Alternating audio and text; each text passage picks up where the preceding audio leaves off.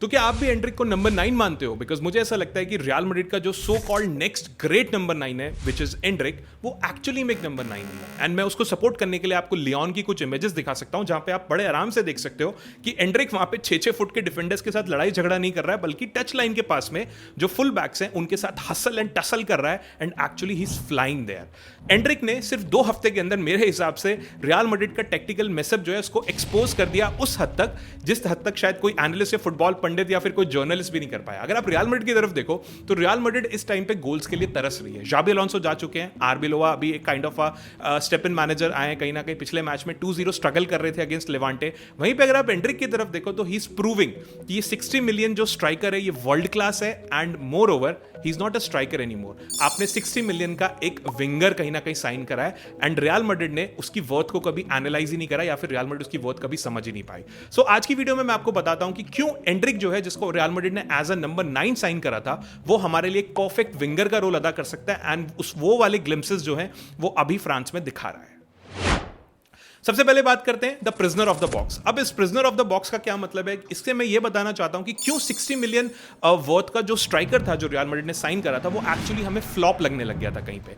अगर आप La Liga की बात करो, उससे पहले अगर आप एंड्रिक की फिजिकलिटी की बात करो तो एंड्रिक की height is almost 1.73 metres, and La Liga में सारी टीम्स ऑलमोस्ट लो ब्लॉक्स खेलती हैं, एंड लो ब्लॉक टीम के जो डिफेंडर्स होते हैं they are approximately 1.90 metres, 1.92 metres. अब आप खुद ही अंदाजा लगाओ, एक 1.73 मीटर्स का बंदा और एक 1.90 मीटर्स का बंदा आपस में किस तरीके से बेचारा उनके बीच में सैंडविच हो जाता होगा। मुझे तो ऐसा लगता है कि वो बेचारा फुटबॉल नहीं खेल रहा था, कहीं ना कहीं वहां पे रेसलिंग कर रहा था।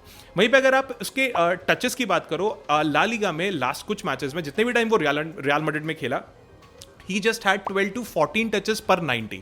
ये दिखाता है कि वो कहीं ना कहीं रियल मैड्रिड के गेम का पार्ट ही नहीं था, वो एक बस वेटिंग पैसेंजर था कि आखिरी के 5 मिनट खेलने के लिए हमें एक सब्स्टिट्यूशन करना है, तो भाई काम कर, तू साइड हो जा, तू आ जा। मतलब मोर लाइक अम्बापे का एक बैकअप कहीं ना कहीं खेल रहा था। कभी उसको अपना जो असली टैलेंट है वो दिखाने का मौका ही नहीं मिला, और जब जब उसको वो मौका दिखाने का मौका मिला, एक्चुअली वो उसने परफॉर्म किया है वहाँ पे। हम कोपा डेल रे और ऐसे वाले बहुत सारे मैचेस कहीं ना कहीं देख सकते हैं।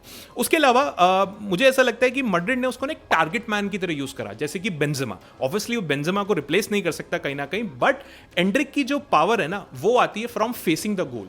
आपने उसको एक स्ट्राइकर बना दिया या फिर एक टारगेट मैन बना दिया, जिसकी वजह से जो गोल है कहीं ना कहीं उसकी तरफ हो गया, क्योंकि डिफेंडर्स उसको यहाँ पे मार्क कर रहे हैं, तो he always had to put his back behind the goal. But यहाँ पे उसकी परफॉर्मेंस तब अच्छी आती है जब वो विंगर बन के खेल रहा है, यानी कि ही इज फेसिंग द गोल कहीं ना कहीं।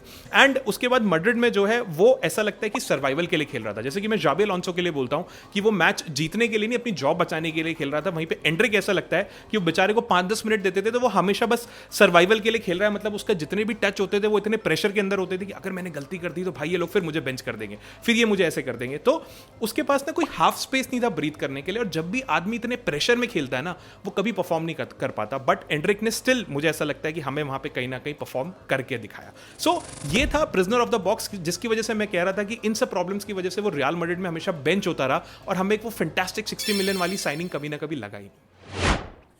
अब बात करते हैं point number 2 which is Leon transformation. अब किस तरीके से जो फ्रेंच फुटबॉल है उसने रियल मॉन्स्टर जो है एंड्रिक के अंदर का वो यहां पे अनलॉक कर दिया। अगर मैं बात करूं लियोन के कोच की, दैट इज फॉन्सेस्का ने सबसे पहले आते ही उनको स्ट्राइकर खिलाने की कोशिश ही नहीं करी, उन्होंने सीधा उसको राइट विंग पे डाल दिया। एंड अगर आप ध्यान दोगे तो सडनली जो एंड्रिक 1.90 1.92 मीटर्स वाले डिफेंडर्स के बीच में सैंडविच हो जा रहा था, अब वो वहां पे सैंडविच ना होकर बल्कि 1 वर्सेस 1 कर रहा है against the full backs. And जो चीज मैंने ऊपर बोली, he is actually facing the goal now. अब वो डिफेंडर्स के साथ धक्का मुक्की करने की बजाय, अपनी टीममेट्स के लिए स्पेस खोलने की बजाय, वो विंग से ड्रिबल कर रहा है, वो विंग से असिस्ट दे रहा है, वो विंग से थ्रू बॉल्स यहां पे कहीं ना कहीं निकाल रहा है। उसके बाद इन्होंने उसको यूज किया as a inverted weapon. Endrick जो है वो एक लेफ्ट फुटेड मॉन्स्टर है कहीं ना कहीं, and from the right side आप उसको राइट विंग अगर खिला रहे हो तो वो लेफ्ट की तरफ कट इन साइड कर रहा है, जिसकी वजह से जो उसका सिग्नेचर डायगोनल शूटिंग वाला जो ट्रेट है वो यहां पे अनलॉक हो जा रहा है। ही इज मोर लाइक, अगर मैं बहुत ही आपको एग्जैजरेट करके थोड़ा सा कंपैरिजन कर दूं तो मुझे ऐसा लगता है कि right now he is playing as a Robben. Right side से वो आपको ड्रिबल करता हुआ आ रहा है, वहां से कट इन साइड करके यहां से निकालेगा और यहां से शूट मार देगा कहीं ना कहीं, जो कि उसका एक फैंटास्टिक डायगोनल शूटिंग लेन है, एंड उसका ट्रेट है जो वो पहले ब्राजील में भी दिखा रहा था। एंड ये कहीं ना कहीं किसी भी टीम को लॉन्ग रेंज थ्रेट भी प्रोवाइड करता है, बिकॉज अगर आपके पास एक ऐसा विंगर है जो दूर से शूट ले सकता है, इससे ज्यादा आपको क्या चाहिए। उसके अलावा मुझे ऐसा लगता है कि ही इज हैवी फास्ट। अगर आप उसकी हाइट देखो, ही इज 1.73 मीटर्स, जैसे कि मैंने ऊपर बताया, ऑन द विंग्स, विंग की तरफ अगर आप देखो तो जो उसकी लोअर बॉडी स्ट्रेंथ है, मे बी ऊपर उसकी स्ट्रेंथ नहीं है, हाइट की वजह से शायद सैंडविच कहीं ना कहीं हो जाता हो, बट जो उसकी लोअर बॉडी स्ट्रेंथ है वो बिल्कुल इम्पॉसिबल बना देती है किसी भी दूसरे डिफेंडर्स के लिए कि वो उससे रेस में जीते या फिर उसको हेविली टसल करके देखेंगे। आप लियोन के कितने सारे एग्जांपल देख सकते हो जहां पे वो डिफेंडर्स को परेशान कर रहा है with sprint and with physicality. मुझे लगा नहीं था कि मैं कभी कभी ये चीज एंड्रिक के लिए यूज करूंगा कि एंड्रिक अपनी फिजिकलिटी से किसी टीम के फुल बैक्स को कहीं ना कहीं यहां पे परेशान कर रहा है। उसके बाद अगर आप उसका लियोन का डेब्यू देखो तो उसने भाई एक ना सीजन रिकॉर्ड सेट कर दिया विद 8 सक्सेसफुल ड्रिबल्स एंड उसके अलावा 5 की पासेस, जो शायद हमने रियल मैड्रिड में कभी देखा ही नहीं और हमने कभी उम्मीद ही नहीं करी थी। तो इससे हम ये भी कह सकते हैं कि कहीं ना कहीं वो सिर्फ आपके लिए स्कोरर नहीं है, he is not just a scorer, he is a creator also. तो रियल मैड्रिड ने कहीं ना कहीं उसकी वो वैल्यू समझी नहीं जो फोंसेका ने शुरुआत के 2 मैचेस में ही आपको दिखा दी। ये दिखाता है जब आप किसी प्लेयर को एक प्रॉपर माइंडसेट के साथ खरीदते हो, उसके पूरे रोल के साथ बुलाते हो। फोंसेका को पता था कि अगर मैं एंड्रिक को लोन पे ले रहा हूं तो मुझे उसको कहां पे खिलाना है, एंड एंड्रिक ने उनको डिसअपॉइंट नहीं करा। अब बात करते हैं हम मैड्रिड के टैक्टिकल ब्लाइंड स्पॉट की। अगर आप रियल मैड्रिड की बात करो तो जो रियल मैड्रिड का इंटरनल इंबैलेंस है उसने इस प्रोडिजी को कहीं ना कहीं बिल्कुल रुइन कर दिया, या फिर रुइन करा नहीं करा। आपको ध्यान होगा वो आंखों के आंसू वाली फोटो जो वो बेंच पे बैठा हुआ बेचारा आंसू बहा रहा था, एटलीस्ट उस मोमेंट तक तो उसको वहां पे उठा के ले आए। अब इसमें सबसे बड़ी प्रॉब्लम आती है left wing obsession. Real Madrid का ना जो लेफ्ट विंग का ऑब्सेशन है ना भाई, चाहे विनीसियस जूनियर हो चाहे एम्बापे हो, दोनों के दोनों कहीं ना कहीं लेफ्ट चैनल वाले प्रेडेटर से कहीं ना कहीं लेफ्ट साइड में स्पेस बना के फटाफट खेलते हैं, जिसकी वजह से उन दोनों के दोनों को ऑलमोस्ट भाई 10-10, 15-15 मीटर की तो भाई उनको विड्थ चाहिए, लेन चाहिए, ग्रास चाहिए। जब इतना स्पेस आप यहां पे ले लोगे तो आपके दूसरे प्लेयर कहां पे कैसे खेलेंगे, मतलब ये थोड़ा सा मेरी समझ से कहीं ना कहीं परे है। बट इस तरीके से दोनों के दोनों लेफ्ट चैनल में कहीं ना कहीं ऑपरेट करते हैं, एंड रियल मैड्रिड का ये जो लेफ्ट विंग वाला ऑब्सेशन था ये एंड्रिक के लिए कहीं ना कहीं प्रॉब्लम बन गया। उसके बाद रियल मैड्रिड में the right wing is a ghost town, मतलब जो आपका लेफ्ट विंग है वो आपके लिए सब कुछ कर रहा है, बट जो आपका राइट विंग है वो कंप्लीटली एम्प्टी पड़ा है। आप कभी रॉड्रिगो को खिला रहे हो, कभी नहीं खिला रहे हो, कभी मैस्टनतूनो को खिला रहे हो, उस मैस्टनतूनो से आप डिफेंडिंग करवा रहे हो। अब आप लियोन में अगर एंड्रिक को उठा के देख लो कि एंड्रिक आपको उस तरीके से ट्रैक बैक करता हुआ मिल रहा है, एंड्रिक आपको वहां पे बहुत ही अग्रेसिव फुटबॉल खेलता हुआ मिल रहा है, this is what we were expecting from Endrick, right. So Rodrygo ने उस राइट विंग वाले रियल मैड्रिड के स्पेस को भरने की कोशिश करी, but he is more like a creator जो आपके लिए ड्रिफ्ट इनसाइड करके आता है, वो गोल मार देता है, that is a good thing.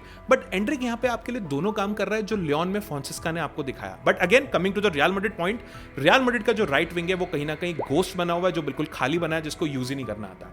उसके बाद तीसरा पॉइंट जो मैंने शायद ऊपर थोड़ा बोल भी दिया ऑलरेडी, कि मैड्रिड जो है वो एक नेक्स्ट रोनाल्डो को ढूंढ रही है। मैड्रिड का एक ऑब्सेशन बन गया कि हमें एक नेक्स्ट रोनाल्डो चाहिए या फिर हमें एक नेक्स्ट नेमार चाहिए, सारे के सारे लेफ्ट साइड वाले प्लेयर कहीं ना कहीं। बट उन्होंने एक्चुअली यहां पे एक नेक्स्ट आर्जन रॉबिन को साइन कर लिया, वही रॉबिन जिसको फ्लोरेंटिनो पेरेज ने आते अपने पहले ही सीजन में सेल कर दिया था, और जिसको मैं आज भी बोलता हूं कि ये रियल मैड्रिड का सबसे बड़ा रिग्रेट होना चाहिए। वही एट्रीब्यूट मैंने आपको ऊपर बताया, राइट विंग से ड्रिबल करते हुए आना, कट इनसाइड करना, एक डायगोनल शूटिंग लेन बनाना और दूर से शॉट लेना कर्ल्ड वाले, ये आर्जन रॉबिन से बेटर शायद ही मैंने किसी को आज तक करते हुए देखा होगा। Just kindly let me know in the comments कि आपने क्या रॉबिन के अलावा किसी और को इस तरीके से फैंटास्टिकली करते देखा है। सो रियल मैड्रिड यहां पे कुछ और उम्मीद कर रही थी, बट वो प्लेयर आपके लिए कुछ और एट्रीब्यूट्स यहां पे लेके आता है। उसके बाद अगर बात करें lastly, that is Arbeloa crisis. Xabi Alonso के जाने के बाद आर्बिलोवा जो है उसका जो डेब्यू था अगेंस्ट अल्बासाटे वो उसने वहां पे लूज कर दिया। पूरी रियल मैड्रिड वहां पे स्ट्रगल कर रही थी। तो जो टीम है आपकी, जो रियल मैड्रिड है, they are desperate for right side gravity. वो बहुत ही ज्यादा डेस्परेट हो रखे हैं राइट साइड वाली ग्रेविटी के लिए टू बैलेंस द अटैक। इस टाइम पे जो एंड्रिक था वो आपके लिए काम आ सकता था, because Rodrygo is also injured right now, and Mastantuono वो वाला ग्रेविटी वाला प्लेयर नहीं है जो आपके पास एंड्रिक यहाँ पे दिखा रहा है। और अगर आप लोगों ने मेरे लाइव पहले भी देखे होंगे, मैंने हर लाइव में ये चीज बोली है कि मुझे ये चीज समझ में नहीं आ रही कि जाबी अलोंसो क्यों एंड्रिक को राइट विंग पे नहीं खिला रहा है। And right now real Madrid, मुझे नहीं पता कि खुश है कि नहीं खुश, शायद इसलिए होगी कि एंड्रिक शायद बाद में लोन से जब वापस आ जाएगा तो उनको पता है कि उसको कहाँ खिलाना है, और शायद दुखी इसलिए होंगे कि शायद उसको रख लेते तो अब शायद हम उस तरीके से उसको यूज कर सकते थे, बट अनफॉर्चुनेटली किसी ने उस बारे में कभी सोचा ही नहीं। अब बात करते हैं fourth point, that is 2026 blueprint. अब इसका क्या मतलब है? इसका मतलब यह है कि कहीं ना कहीं जून 2026 में एंड्रिक के उसका लोन पीरियड वहां पे खत्म हो जाएगा and he will be back. उसके बाद क्या?